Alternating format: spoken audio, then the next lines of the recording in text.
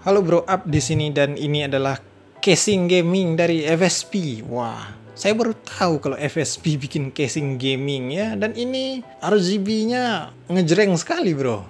Jadi ini adalah FSP CMT 212A. Wah, ini masih pakai kode-kode begitu namanya. Padahal power supply-nya itu udah diberi nama yang keren-keren ya, Hyper, Hydro gitu. Tapi casingnya belum dikasih semacam nama gitu ya. Kasih kayak Stargazer, Expander gitu ya, Fortuner.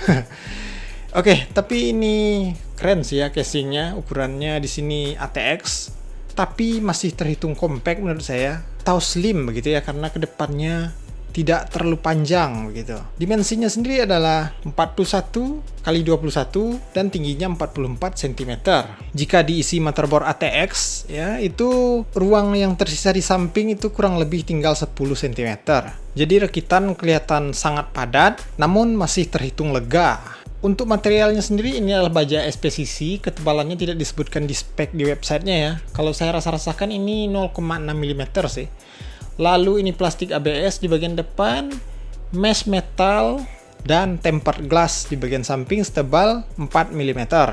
Untuk daya tampungnya sendiri ini tentu saja motherboard ATX, MATX, dan ITX ya. CPU cooler maksimal 16 cm dan VGA card maksimal 32 cm tanpa radiator di bagian depan.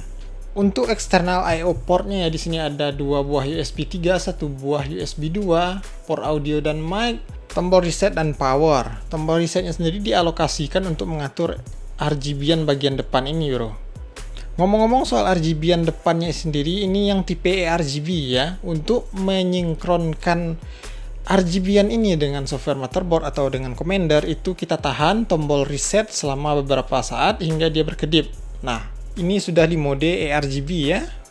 Kemudian daya tampung fan-nya. Ini bisa menampung 6 buah fan 12 cm, di depan 3, atas 2, belakang 1. Kalau teman-teman mendengar sedikit noise ya, ini bukan noise dari fan-nya. Fan-nya ini silent sekali. Ini adalah bunyi-bunyian dari power supply kentang yang saya gunakan untuk menyalakan casing ini. Oh ya, soal fan-nya tadi, ini fan-nya tidak ada LED-nya ya, tidak ada RGB-nya. Jadi yang eRGB itu atau yang ada RGB-nya itu cuma bagian depannya ini, 2 buah ya, di samping sini dan di samping sini, yang memancarkan cahaya ke samping begitu. Untuk radiator sendiri ini maksimal hanya 240 mm ya, atau 24 cm. Radiator 280 atau fan 140 mm itu belum support. Kemudian daya tampung storage, ini combo ya. Di bagian bracket bawah itu bisa dipasang 2 buah hard disk atau 1 hard disk, 1 SSD.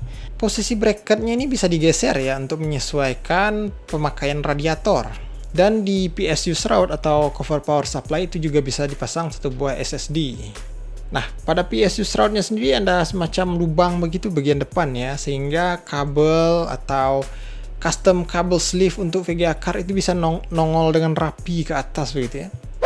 Kemudian beberapa fitur yang lain dari casing ini tentu saja sudah ada dust filter bagian atas dan di bawah power supply. Ruang untuk kabel manajemennya lega ya, sudah muat 1 buah jari untuk celahnya, itu artinya sudah oke lah untuk kabel manajemennya. Lalu di sini untuk skrupnya begitu ya, dan alat peralatan lainnya di sini disediakan ada 2 buah cadangan penutup PCIe expansion slot ya. Jadi kalau kita sudah buka 2 buah begitu untuk posisi VGA, mungkin ini masih bisa kita tutup dengan cadangan yang diberi di sini ya. Lalu ada kabel tis juga, masih diberi speaker buzzer di sini, dan tentu saja skrup-skrup pemasangan ya. Kemudian tentu saja soal airflow ya. Wah, ini sudah menjadi prioritas utama sepertinya dalam memilih casing gaming ya, sudah mengalahkan prioritas RGB show off begitu. Jadi ini airflow-nya tidak perlu diragukan lagi ya, karena ini udah plong banget, full mesh metal di bagian depan ya. Untuk exhaust-nya sendiri bagian atas dan di bagian belakang juga sudah mumpuni. Kemudian detail lainnya yang diperhatikan pada casing ini yaitu daisy chain ya. Nah, jadi fan-fannya ini keempatnya itu adalah PWM ya, menggunakan konektor PWM bukan Molex, tapi masing-masingnya itu mempunyai port male dan female. Jadi keempatnya bisa digabung, cukup 1 saja yang kita tancapkan ke motherboard atau ke hub. Begitu juga dengan eRGB-nya, juga tersedia port eRGB 3 pin male dan female. Jadi Kalau ada perangkat ARGB lain, satu misalnya, itu bisa digabung saja ke sini dan cukup satu buah port dari sini saja yang ditancap ke motherboard atau ke hub. Oke, ini fresh ya. Dan saya rasa itu saja penjelasan yang bisa saya sampaikan mengenai case ini.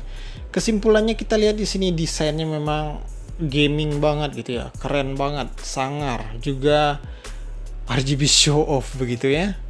Build quality-nya juga bagus banget, nggak salah lah ya, ini brandnya FSP gitu. Keren lah pokoknya kalau memakai casing satu ini ya. Soal harga sendiri ini 600 ribuan sampai 700 ribu pas ya. Masih cukup sulit ditemukan di marketplace Indonesia ya, tapi sudah ada beberapa toko yang menjual. Mungkin ini baru-baru mau di launching di Indonesia kayaknya ya. Yang jelas ini keren ya. Untuk selanjutnya mungkin kita akan bawa ke suatu build full RGB mungkin ya, atau cukup dengan RGB yang di depan seperti ini. Kemudian di dalamnya bisa kita isikan dengan tema hitam putih begitu. Wah, pasti keren lah ya. Ya, itu saja.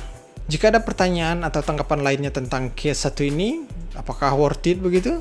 Silahkan tuliskan di kolom komentar.